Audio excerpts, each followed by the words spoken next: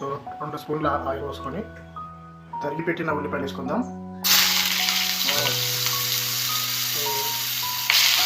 వాటర్లో కడుక్కుంటే కొంచెం ఆయిల్ కొంచెం బాగుంటుందండి.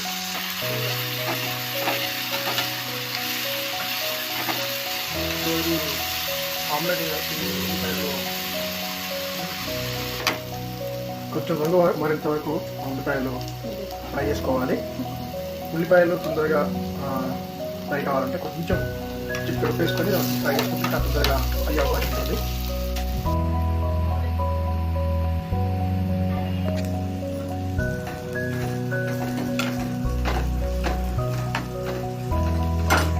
కొంచెం ఉల్లిపాయలు రంగు మారిన తర్వాత కాస్తంత పసుపు, సరిపోయినంత వెల్లుల్లి పేస్ట్ వేసుకొని వేసుకోవాలి.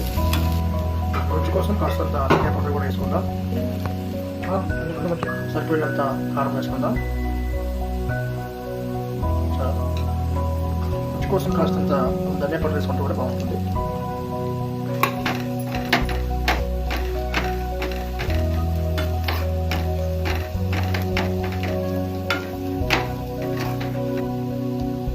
కారం వేసిన 1 నిమిషం తర్వాత ఇంకొకటి కొంచెం వాటర్ కలుపుకుందాం.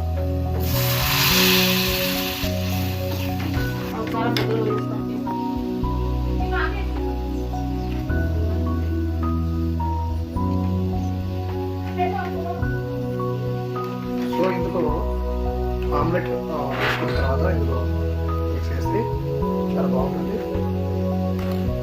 రుచికి సరిపోయినంత ఉప్పు కూడా తీసుకుందాం. సరిపోతుంది.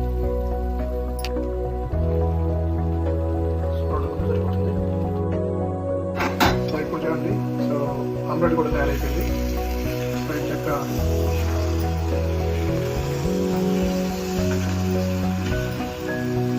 సో కర్రీ కూడా ఆల్మోస్ట్ ఏంటంటే ఒక 2 మినిట్స్ మనం లోపల పెట్టుకుంటే కర్రీ అయిపోయింటే కాస్తంత చికెన్ మసాలా మనం వేసుకుంటే టేస్ట్ బాగుంటుంది.